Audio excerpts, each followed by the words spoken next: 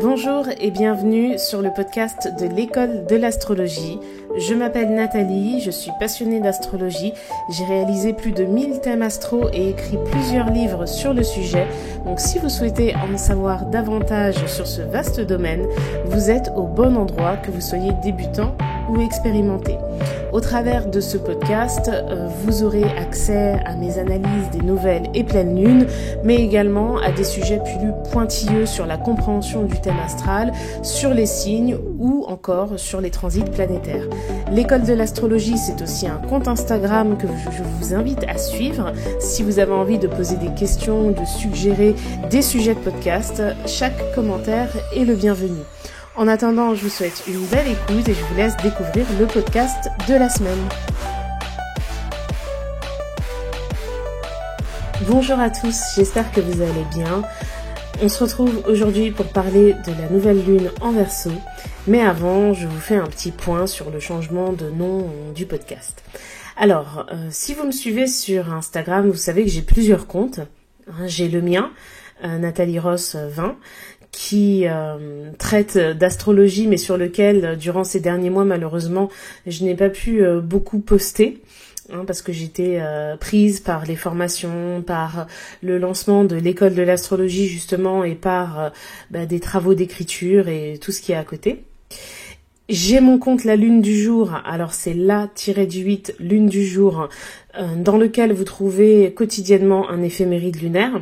D'ailleurs, je suis en train de travailler pour faire 2 posts par jour, parce qu'au début du mois de janvier, j'avais lancé le post du soir et ça avait pas mal plu.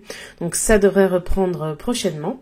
Et j'ai comme 3e compte le compte de l'école de l'astrologie qui a été créé l'année dernière lorsque j'ai lancé ma première formation en astrologie.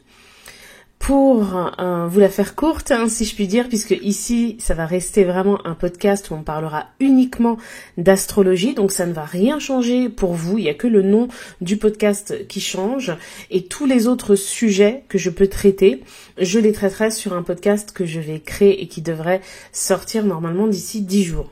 Donc c'est juste pour vous expliquer pourquoi le nom a changé, pourquoi le générique a changé, mais en réalité je reprends juste les mêmes podcasts qu'avant.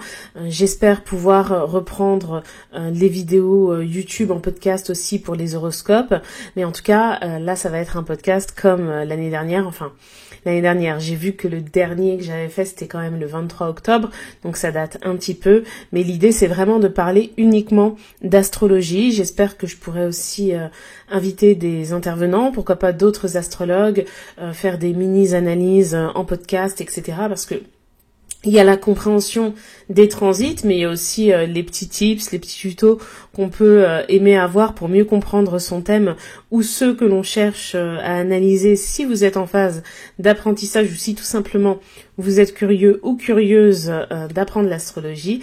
Donc voilà. On revient sur le sujet principal du podcast. Ça fait très longtemps que je n'ai pas fait ça, mais je suis vraiment contente de le faire. J'ai la carte de la nouvelle lune sous les yeux. Et cette nouvelle lune, elle a lieu aujourd'hui, parce que j'enregistre le podcast vendredi 9 février même. Mais elle a lieu à 23h59. Donc ne soyez pas en panique si vous voyez que sur certains comptes Instagram, on parle de la nouvelle lune le 10. D'ailleurs, pour les personnes qui ont mon éphéméride La Lune du Jour, vous pouvez voir que c'est le 10 que j'en parle, parce que j'avais fait ce choix quand j'ai écrit l'éphéméride, puisque en réalité, 23h59, c'est pas le 9 février qu'on va faire ses vœux. Il faut toujours les faire après la nouvelle lune. Donc cette nouvelle lune, elle se fait dans le signe du Verseau, à 20°41 précisément.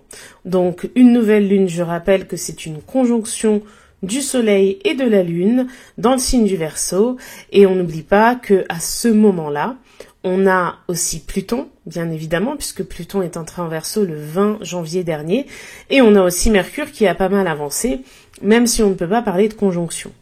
Donc le signe du Verseau, c'est le signe du futur. Le fait que Pluton soit entré en Verseau, je pense que je ferai une vidéo ou un podcast sur ce sujet parce que c'est quand même assez important. Ça ouvre la brèche, si vous voulez, d'une 20aine d'années où il va y avoir des choses qui seront totalement détruites par rapport à ce que représente le Verseau. Donc le Verseau, c'est le futur, donc on va avoir peut-être des choses que l'on imaginait avoir dans le futur, qu'au final on n'aura pas. Le Verseau, c'est aussi la liberté. Donc on peut perdre en liberté, mais tout est relatif d'ailleurs. Sur mon compte Nathalie Rosevin l'autre jour, j'ai partagé un post qui parlait du fait que l'État met en place une loi sur la protection de l'image des enfants sur les réseaux sociaux, qui implique que les parents déjà doivent tous les deux être d'accord. S'il y a un parent qui veut pas que son enfant soit posté sur les réseaux sociaux, l'autre ne pourra pas le faire. Et ensuite, il faut que l'enfant ait donné son consentement. Donc vient ensuite la question de à quel âge un enfant peut donner un consentement. Donc toutes les photos de naissance, de bébé, etc., on peut imaginer que ce sera interdit. Donc ça soulevait des débats, j'ai échangé avec pas mal d'entre vous sur ce sujet-là. Et comme je disais à l'une d'entre vous, eh bien cette problématique-là, cette perte de liberté pour certains parents qui aiment poster des photos de leurs enfants, c'est quelque chose qu'on n'aurait pas imaginé encore il y a quelque temps. Vous voyez, il y a 10 ans même. Et donc, je pense qu'on va vivre beaucoup de choses de ce type lorsque Pluton va rentrer en Verseau. Mais durant ce transit, c'est-à-dire que des choses qui nous semblent aujourd'hui normales ne seront plus autorisées. Après, on pourrait faire un débat philosophique, un débat social sur est-ce que c'est une perte de liberté, oui ou non, est-ce que la liberté du parent vaut plus que la liberté de l'enfant de ne potentiellement pas vouloir être exposé, etc. Ça va soulever pour ce sujet-là bien évidemment plein de questions, mais vous verrez, il n'y aura pas que celui-là. On aura le temps d'en reparler. Donc, Pluton en Verseau, c'est des grandes remises en question par rapport à la notion de liberté, par rapport à la notion de groupe. On voit qu'on évolue de plus en plus dans un monde individualiste, hein. Donc c'est quelque chose dont beaucoup se plaignent, mais nous formons la société et nous devenons tous de plus en plus individualistes, hein. J'en reparlerai aussi. Le signe du Verseau, donc c'est le signe, j'ai dit, du futur, donc ça parle de l'innovation, ça parle aussi de notre manière d'anticiper et de nous préparer aux choses. Et donc cette présence de Pluton, ça rend le futur encore plus incertain. Ça nous fait remettre beaucoup de choses en question, et il ne faut pas oublier aussi que le signe du Verseau, il représente les groupes sociaux auxquels chacun d'entre nous appartient. Par exemple, si vous écoutez ce podcast, vous faites partie du groupe social, même si c'est un groupe virtuel, on va dire, qui écoute ce podcast. Plus largement, vous faites partie des gens qui s'intéressent à ce que je raconte, et encore plus largement, vous faites partie des gens qui s'intéressent à l'astrologie, etc.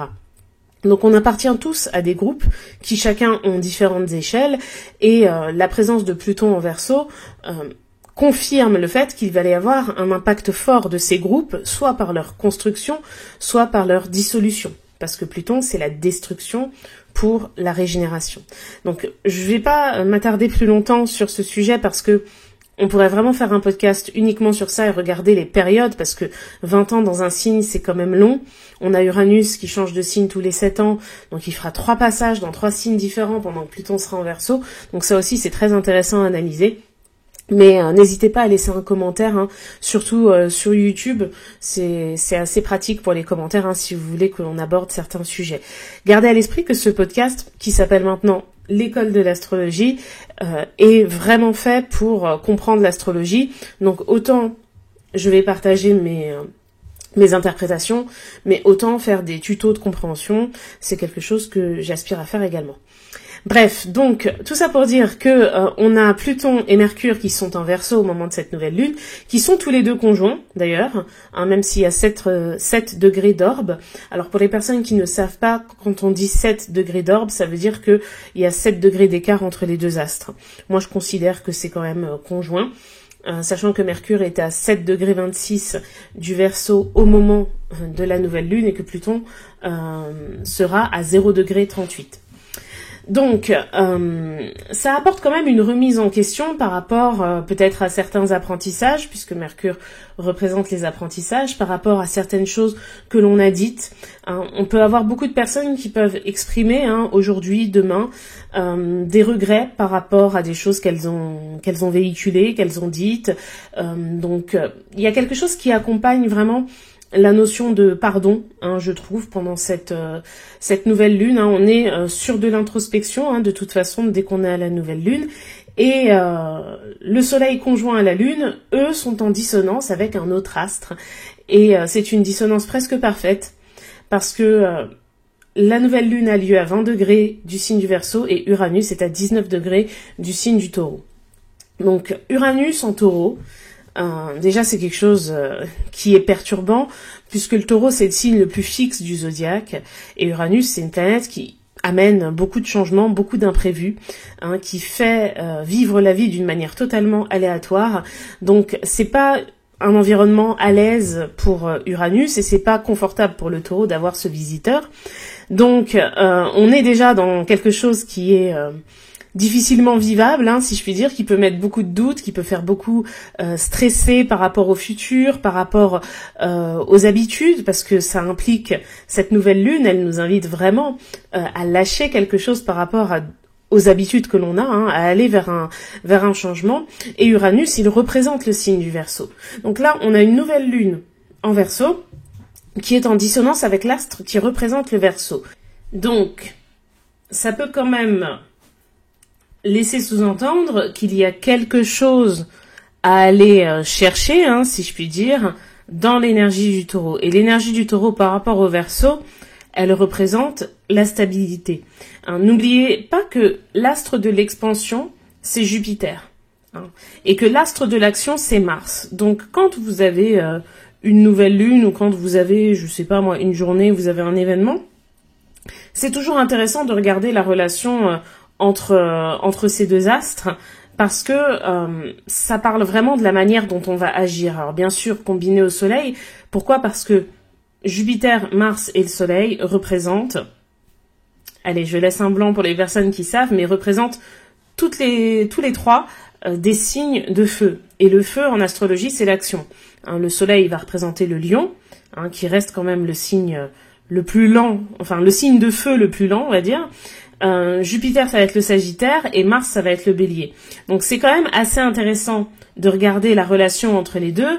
Et là, on voit que Mars, déjà, il est conjoint à Vénus pendant cette nouvelle lune, sachant que Vénus, c'est l'énergie du Taureau, donc c'est une énergie qui évoque la lenteur, qui évoque la prudence. Le Taureau, si on devait comparer son comportement par rapport à une situation de mise, si je puis dire, c'est pas celui qui va parier gros, il va parier d'une manière assez prudente. S'il doit placer son argent, il va placer sur des comptes qui rapportent peu, mais qui ne font pas perdre d'argent. Alors que Mars, c'est le contraire. Il a envie de vouloir avoir des gains rapidement. Donc je prends l'exemple de l'argent parce que c'est un exemple très Taureau, mais c'est pareil pour n'importe quoi. Bref. Donc Mars qui est conjoint à Vénus, ça atténue justement cette manière vive d'agir, et puis c'est surtout que Mars et Jupiter, alors même s'ils sont pas directement en harmonie, ils sont tous les deux dans des signes de terre, donc ça veut quand même dire que ce nouveau départ imposé, si je puis dire suggéré plutôt par cette nouvelle lune, il demande pas forcément des actions immédiates. Il demande surtout de la stratégie, de la patience, de la lenteur, et c'est quelque chose qui est une opposition, si je puis dire, par rapport à ce que représente l'énergie du Verseau. Donc c'est pour ça que je trouve que cette nouvelle lune, il faut plutôt la prendre par rapport à ce que représente le Verseau sur le plan intellectuel. C'est-à-dire sur le plan mental, sur le fait de visualiser, sur le fait aussi d'intégrer des groupes, de parler, de communiquer, de se renseigner, d'aller chercher des réponses aux questions que l'on peut se poser en fonction du ou des projets que l'on souhaite mener. Les projets, c'est quelque chose de Verseau d'ailleurs. D'ailleurs, on rentre aussi, alors je sais pas si c'est un sujet qui vous intéresse, dites-le en commentaire, mais on rentre aussi par le biais de cette nouvelle lune dans l'année chinoise du dragon. Alors, j'ai vu l'autre jour sur Instagram, parce que je suis un compte qui parle d'astrologie chinoise, que c'était le 4, il me semble, la nouvelle année, parce que il y a deux manières de calculer, donc je suis pas du tout spécialiste, mais en tout cas, je sais que les festivités pour le nouvel an chinois, c'est demain, et on entre dans l'année du dragon. Alors le signe du dragon, je le connais quand même un petit peu parce que c'est le mien. Le signe du dragon, c'est un signe qui est considéré comme étant déjà le plus puissant de l'horoscope chinois, le plus fort, et c'est un signe qui représente la notion d'abondance. C'est totalement en corrélation avec Jupiter en Taureau. Alors, ça veut pas dire que les personnes nées sous le signe du dragon sont indestructibles, mais c'est une énergie qui apporte beaucoup d'ambition, beaucoup d'assurance et une envie vraiment d'atteindre réellement ses objectifs. Et là, en ce début d'année, avec cette nouvelle lune, on est, en tout cas en astrologie occidentale, toujours dans la phase de préparation. Gardez à l'esprit que en astrologie occidentale, le nouvel an, c'est le premier jour du printemps. Okay.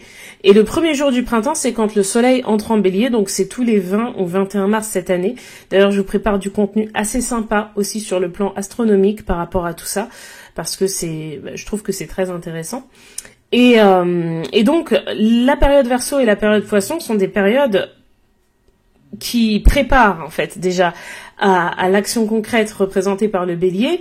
Et l'énergie du Verseau, elle parle des projets, des groupes, des idées. Donc, comme je le disais tout à l'heure, le fait qu'il y ait Mercure conjoint à Pluton au moment de cette nouvelle lune peut impliquer des regrets. Alors, j'ai donné l'exemple des choses que l'on peut avoir dit et on regrette parce que, par exemple, on a confié quelque chose sur un projet à quelqu'un et on a peur qu'il nous plagie. On a confié un secret à un ou une amie et en fait, on se pose des questions sur la confiance qu'on doit accorder à cette personne, etc.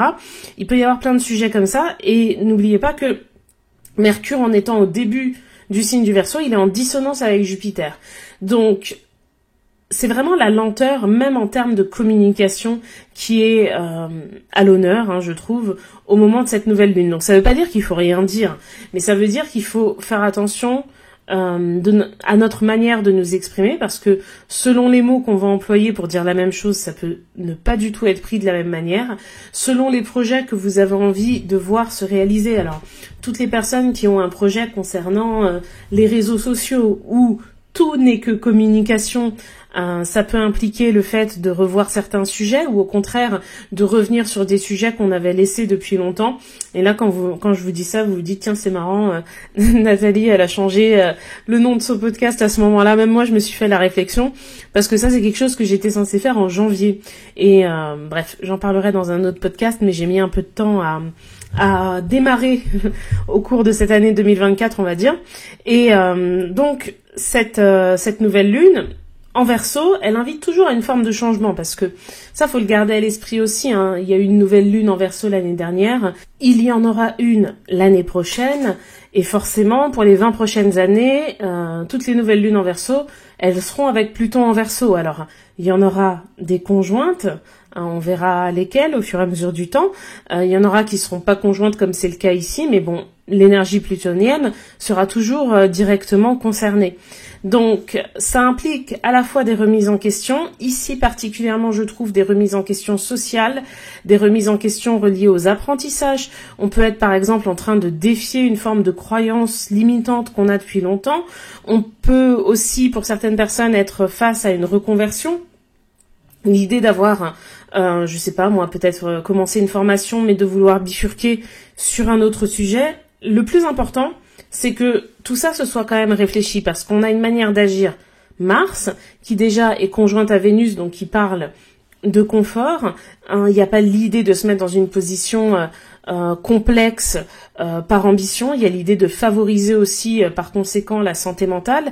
Alors je sais que la santé mentale, c'est pas quelque chose qu'on attribue directement à Vénus, mais comme on le sait, le corps et l'esprit, c'est lié. Et Vénus, c'est le corps. Et donc, je pense que avec Mars qui est conjoint à Vénus dans le signe du Capricorne, il y a cette idée de placer haut dans son, j'allais dire dans son autorité, mais c'est pas le bon mot, de placer haut dans ses objectifs, dans son estime, l'estime que l'on porte à la réussite, la définition que l'on donne à la notion de réussite. Je pense qu'il faut vraiment englober tout ce qui est relié au corps, parce que ça permet aussi à l'esprit d'être dans une meilleure condition. Donc ça reste des choses qui sont très personnelles. Ça dépend aussi d'où la nouvelle lune va tomber dans votre thème, mais en tout cas, d'une manière générale, il n'y a pas l'idée de se mettre dans de grandes difficultés. Il y a l'idée de préférer avancer plus lentement, mais dans une certaine forme de confort, alors jusqu'à certaines limites, parce que forcément que pour évoluer, on doit sortir de sa zone de confort. Par exemple, si vous êtes dans une formation, vous allez passer moins de temps à aller voir vos amis et à sortir parce que vous devez prendre le temps d'étudier. Bien sûr qu'il y a des sacrifices, etc. à faire, mais toujours dans une moindre mesure. L'année 2023, pour beaucoup de personnes, ça a été une année intense au niveau professionnel. Ça a été une année vraiment, alors j'allais dire surprenante parce qu'il n'y a rien qui s'est passé comme prévu en fait, même au niveau général. Il y a eu beaucoup d'inflation. Au niveau mondial, il y a eu un conflit qui a refait surface, même si ça s'était jamais vraiment stoppé. Enfin, il y a plein de choses qui ont changé dans le contexte global que l'on ne maîtrise pas. En tant qu'individu, et quoi qu'on en dise, ça a joué sur nous, ça a joué sur notre économie, ça a joué du coup sur notre manière de vivre, de voir les choses, etc. Donc on est dans une phase de changement de toute façon au niveau mondial. J'en avais parlé pour les personnes qui ont suivi ma masterclass du 1er janvier sur l'année 2024, c'était une masterclass gratuite où j'expliquais qu'en 2 ans, toutes les planètes lentes vont changer de signe quand même. Et les planètes lentes, c'est les fondations, en fait. C'est comme quand on construit une maison, il y a les fondations, et après on rajoute la déco. C'est-à-dire que si vous allez, je sais pas, chez un constructeur de maison, il peut proposer le même modèle de maison à plusieurs personnes. Mais par contre, c'est la touche de décoration, c'est comment vous allez faire les choses à l'intérieur et la vie que vous allez apporter dans le foyer qui va faire que vous aurez un foyer différent. Vous aurez la même maison, mais pas du tout le même foyer. Et là, c'est pareil, en fait. Le thème astral, c'est pareil. Quand vous regardez Pluton, qui est la planète la plus lente du zodiaque, elle indique à quelle génération vous appartenez. Pluton, elle passe entre 20 et 30 ans, entre 15 et 30 ans dans un signe, pardon. Ensuite, vous avez Neptune qui reste à peu près 15 ans, Uranus qui reste 7 ans, etc. Donc, plus les planètes sont lentes, plus elles font partie des fondations de votre thème. Par exemple, toutes les personnes nées durant une même année peuvent avoir les planètes lentes exactement dans les mêmes signes. Et donc, vivre au cours d'une période où en 2 ans seulement, toutes les planètes lentes vont changer de signe, ça équivaut quand même à un changement global au niveau du monde. On change toutes les fondations. D'habitude, il y en a une qui change. Bon, il se passe quelques années, il y en a une autre qui change. Là, c'est en 2 ans. C'est hyper rapide. Et je pense qu'on est vraiment dans une phase de changement de monde. Donc, on peut dire que ce qui s'est passé en 2020, ça a été un choc et ça nous a quelque part fait comprendre que rien n'était acquis.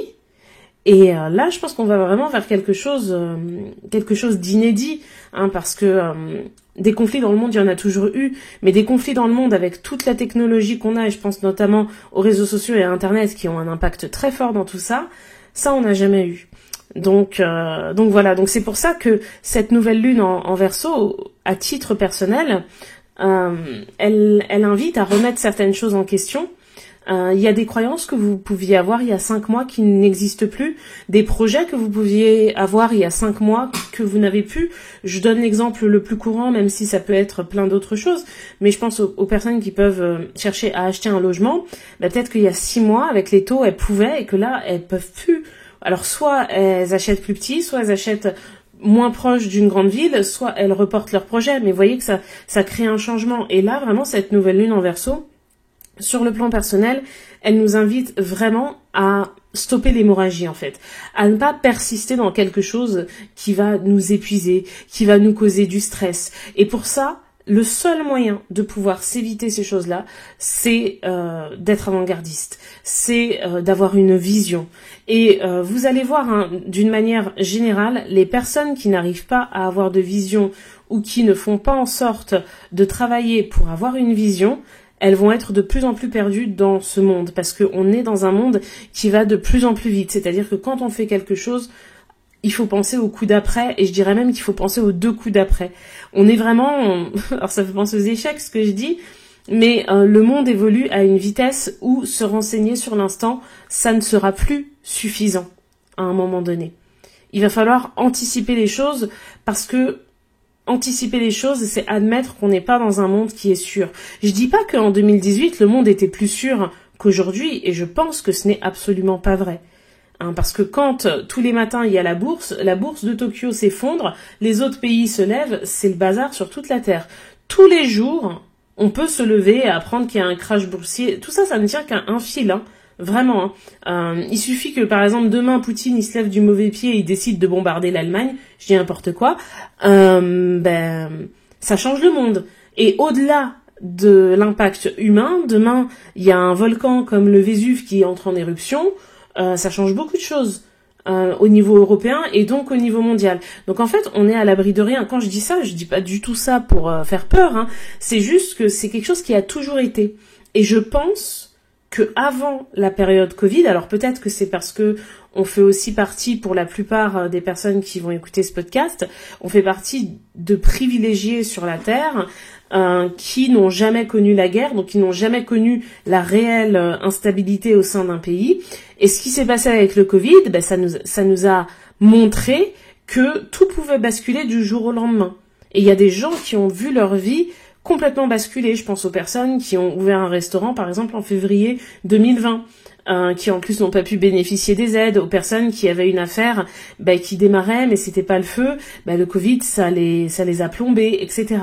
Donc vraiment il faut accepter, je pense, et je dis pas ça de manière défaitiste, hein, tout simplement d'une manière réaliste, qu'on est dans un monde en perpétuelle évolution. Et la prise de conscience de cela fait qu'on agit plus pareil. Forcément. Quand on est sûr que les choses vont se passer comme, entre guillemets, elles devraient se passer, on n'agit pas de la même manière que quand c'est incertain. Je vais vous donner un exemple par rapport à ça. C'est un exemple que j'ai parce que j'ai eu une discussion sur ce sujet-là il y a pas très longtemps avec quelqu'un. Vous prenez une personne trentenaire, par exemple, je donne un exemple, qui gagne 2000 € par mois, deux personnes qui ont le même travail, elles sont collègues, elles font le même job, elles ont exactement les mêmes revenus. Et elles ont toutes les deux l'aspiration de voyager, par exemple. Ça va être beaucoup plus facile pour la personne qui vient d'une famille aisée et qui sait que le jour où elle va acheter, ses parents lui donneront un apport, que pour l'autre personne. C'est-à-dire que les choses ne seront pas perceptibles de la même manière. Ces deux personnes-là, si elles ont le même projet de se mettre à leur compte, par exemple, elles ne vont pas se lancer de la même manière. Et je vais dire quelque chose que normalement on n'a pas le droit de dire, mais c'est la vérité. Les gens qui savent qu'ils vont hériter de leurs parents n'agissent pas de la même manière que les personnes qui savent qu'elles n'auront rien. Ça veut pas dire que ces personnes-là sont en train de souhaiter de la mort de leurs parents, je dis pas ça. Mais tout ça pour vous dire que des choses qui peuvent même arriver dans 20, dans 30, dans 40 ans, ça fait qu'à l'instant T, on n'agit pas de la même manière. Donc on se pose beaucoup la question pourquoi le monde est en train de changer, pourquoi les gens sont en train de changer. Je pense que si on creuse un petit peu et si vous regardez autour de vous, vous allez voir que il y a beaucoup de gens qui ont changé des habitudes dans leur vie et même peut-être changé leur état d'esprit, etc. parce que l'incertitude reliée au futur est plus forte. Et j'irais même jusqu'à dire que c'est peut-être même ça qui favorise aussi la montée des extrêmes en politique. Mais bon, bref, c'est un autre sujet. Donc tout ça pour dire qu'on vit dans un monde qui va de plus en plus vite, où on est de plus en plus informé. Ça a du bon, ça a du moins bon, mais du coup, ça nous demande vraiment d'anticiper un peu plus les choses. Donc moi, ce que je conseillerais au vu de la carte de cette nouvelle lune, c'est vraiment de prendre son temps par rapport au projet que l'on souhaite mettre en place, de prendre le temps de visualiser. Alors quand je dis visualiser, c'est pas juste faire une méditation et poser des intentions. Je parle vraiment de visualiser concrètement les choses, en fonction du projet, que ce soit un projet d'études, de lister les facs où on a envie d'aller, un projet de reconversion professionnelle, de se renseigner sur tous les droits qu'on peut avoir auprès de France Travail, auprès de l'État, auprès de tout en fait, vraiment de faire les choses de manière concrète. Parce que je rappelle que Jupiter et Mars sont dans les signes de terre, donc c'est l'action concrète, pas forcément l'action ultra rapide, mais concrète, et vraiment de considérer le futur comme étant presque dans le présent, parce que ça va trop vite. Et je pense que ce qui fait que ça va trop vite, c'est le fait qu'on soit beaucoup informé. Vous voyez, avant, alors quand je dis avant, j'ai l'impression de parler comme une ancienne, mais il y a encore 15 ans, quand vous aviez des projets, etc., vous aviez pas forcément accès à des personnes qui ont les mêmes projets que vous, qui les ont déjà mis en place. Aujourd'hui, on peut avoir vraiment beaucoup d'informations. Et vous voyez, c'est un peu comme Netflix, comme Disney+ et compagnie. C'est pas parce qu'on a beaucoup d'informations disponibles qu'on les consulte, et c'est bien dommage. Et je vous dis ça parce que je pense que dans quelques années vraiment, les gens qui auront su anticiper, qui auront su se renseigner sur toutes les possibilités reliées à leur choix d'aujourd'hui, tout ce qui peut se passer. Alors on peut pas tout prévoir au millimètre, mais on peut être conscient des engagements que l'on prend et pas juste le faire parce que sur l'instant on kiffe. Eh bien, je pense que ces personnes-là, elles seront vraiment avantagées. Et ça n'a aucun rapport avec votre état financier, par exemple, aujourd'hui, puisque je pense qu'il va y avoir beaucoup de faillites chez des personnes qui ont beaucoup d'argent aujourd'hui, actuellement. Donc, c'est pas ce que je souhaite, mais je pense que ça va arriver parce que il faut vraiment anticiper les choses. Il suffit d'ouvrir les yeux et de regarder autour de vous. Quand vous allez dans un centre commercial, vous voyez bien que des enseignes qui cartonnaient depuis toujours, elles sont en train de mettre la clé sous la porte, même si c'est pas encore officiel, ça va pas. Donc vous voyez, on est dans une période où les certitudes d'hier sont vraiment les incertitudes de demain. Et donc on agit différemment. C'est pas mal, c'est juste le monde qui évolue comme ça. Et il faut s'y adapter. Je pense que cette nouvelle lune, elle représente vraiment l'occasion parfaite pour s'adapter à ces changements et surtout à consacrer de l'intérêt aux changements que l'on veut dans sa propre vie. Parce qu'il y a le monde, l'environnement dans lequel on évolue, mais le but aussi c'est d'aller vers ce que l'on veut et de pouvoir se construire la vie qu'on souhaite. Alors, je vais juste terminer en précisant les dates parce que tout à l'heure je ne l'ai pas fait. Enfin, les dates, les années, parce que j'ai parlé du fait que les planètes lentes, elles allaient toutes quitter le signe, elles allaient toutes changer de signe, dans les 2 prochaines années. Donc ça a commencé cette année avec Pluton, c'est-à-dire que Pluton en janvier est entré dans le signe du Verseau, il a quitté le Capricorne. L'année prochaine, c'est Neptune qui va quitter les Poissons pour entrer dans le signe du Bélier. Et en 2026, c'est Uranus qui va rentrer dans le signe des Gémeaux, quitter le Taureau pour aller en Gémeaux, et Saturne qui va quitter les Poissons pour entrer en Bélier. Donc vous voyez, c'est vrai que Saturne c'est tous les 2 ans et demi, donc c'est pas aussi exceptionnel. Uranus la dernière fois c'était en 2019, Pluton la dernière fois c'était en 2008, et si je dis pas de bêtises pour Neptune, je sais plus, je crois que c'était 2010, mais je suis pas sûre. Donc voilà, écoutez, j'ai terminé ce podcast, j'espère qu'il vous a plu.